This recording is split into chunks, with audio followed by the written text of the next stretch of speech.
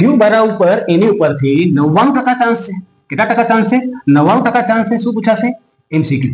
બરાબર. એટલું યાદ રાખવાનું કે તમને એની કિંમત તો પહેલેથી જ ખબર છે, 1.6 × 10 - 19 જો ક્યુ આપેલું હોય તો એન પૂછે, એન આપેલું હોય તો ક્યુ પૂછે. જેમ કે ક્વેશ્ચન નંબર 1 કે 1 મિલીકુલમમાં કેટલા ઇલેક્ટ્રોન હશે?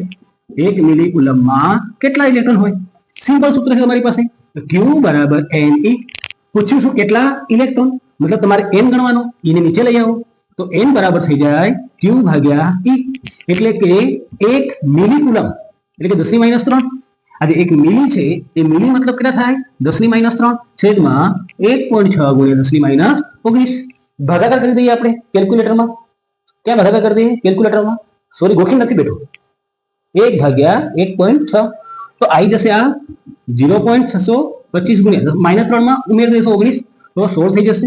એક ઘાત આગળ ખસાઈ દો તો 6.25 × 10 કેટલી થઈ જાય? 15 ઘાત. તો આટલા ઇલેક્ટ્રોન ટ્રાન્સફર થાય ત્યારે 1 મિલીકુલમ જેટલો વિભાગ થાય.